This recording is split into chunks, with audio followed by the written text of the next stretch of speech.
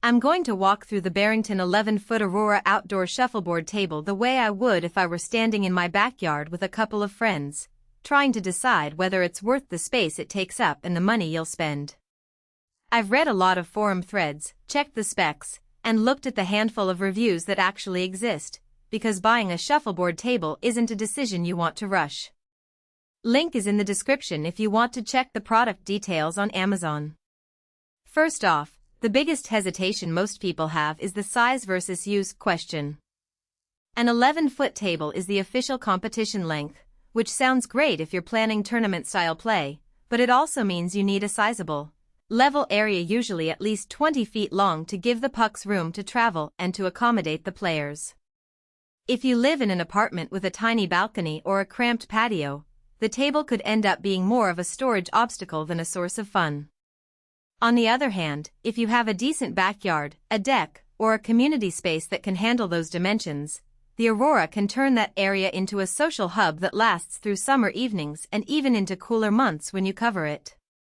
The Aurora is marketed as a competition-sized table, and that label is accurate. The playing surface measures the same 11 feet you'd see in professional venues, which means the rules you learn online or from a league apply directly. That's a real advantage for anyone who wants to practice seriously, perhaps with the goal of joining a local league or just impressing friends with authentic play. The table also comes with an 8-puck set, so you're ready to go right out of the box, no need to hunt down accessories. Now let's talk about craftsmanship, because that's where the Aurora tries to justify its price tag.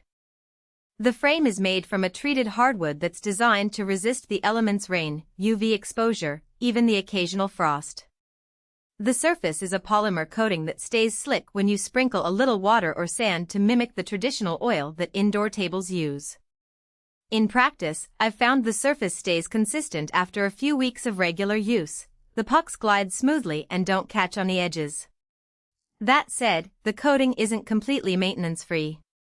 If you live in a particularly humid climate, you'll notice a thin film of moisture after a rainstorm, and you'll need to wipe it down before the next game to avoid sticky shots. It's a small chore, but it's something to keep in mind if you want a truly hands-off experience.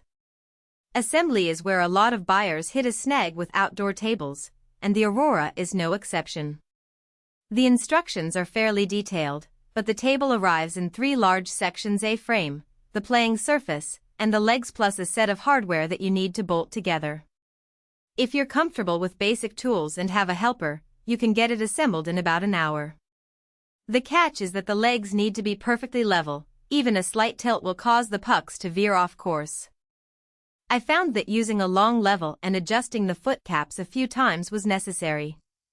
If you're not handy or you don't have an extra pair of hands, you might want to budget for professional assembly, which adds to the total cost. One practical strength that stands out is the table's ability to hold up under repeated outdoor conditions.